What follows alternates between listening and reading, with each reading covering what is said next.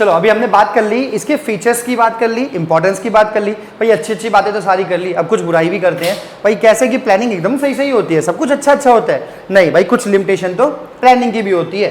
तो सबसे पहली लिमिटेशन क्या होती है, कॉस्टली प्रोसेस। इसका मतलब क्या हो गया, आप ये सोचो, देखो हाथ में पैसा है रखा है ना, ये क्या पैसा खर्च हो रहा है भाई। सिंपली देखो प्लानिंग में हमने क्या बोला, एक पॉइंट हमने देखा था प्लानिंग में, ये वाला क्या था, planning is a mental exercise, ये हमने देखी।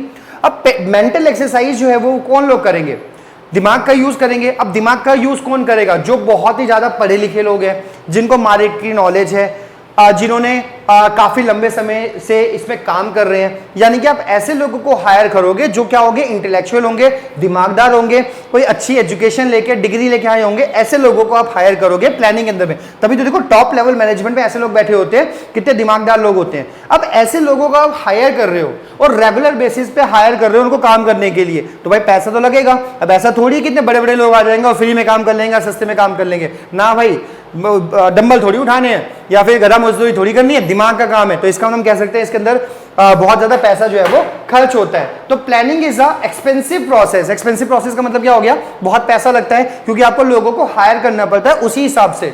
Money, time and the effort have to be spent in forecasting. भाई आपको पैसा, समय सब कुछ खर्च करना पड़ता है फोरकास्ट के अंदर में। इंफॉर्मेशन कलेक्ट करना भी इंपॉर्टेंट चीज है। जैसे फॉर एग्जांपल आपको सेल्स के बारे में प्लानिंग करनी है कि हमको सेल्स बढ़ानी है, तो सेल्स बढ़ानी है तो अब ये देखो ना आप कैसे सेल्स बढ़ा सकते हो। आपको डेटा चाहिए होगा कि लोग क्या सामान खरीदते हैं, उनकी प्रेफरेंस क्या है, वो सारी चीजें।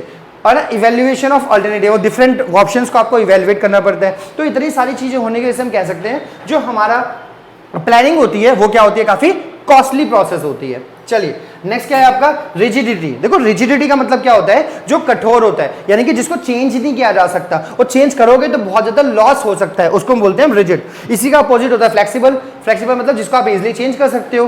तो प्लानिंग क्या होती है, वो रिजिड होती है। रिजिड कैसे होती है, देखो once the plan are formulated, एक बार जब प्लान बना लिया गया, people tends to strictly adhere to them irrespective of change in the environment. भाई एक बार आपने पॉलिसी बना ली तो भले ही एनवायरनमेंट में कैसा भी चेंज आए, आप उसको क्या करोगे, स्ट्रिक्टली फॉलो करोगे, आपको करना ही पड़ेगा। जैसे मैंने एक एग्जांपल दिया, ये देखो घर का एग्जांपल, मुझे इससे अच्छा लग रहा है कि इससे आपको समझ में आ जाएगा कैसे।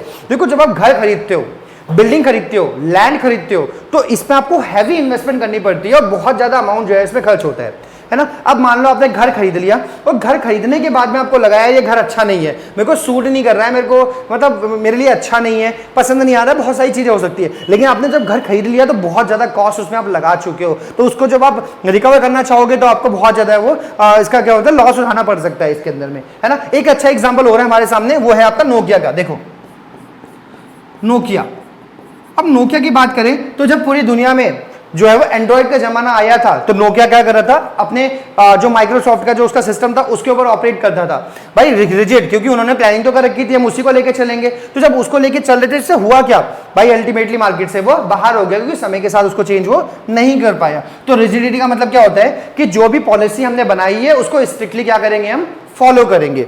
नेक्स्ट देखो, नेक्स्ट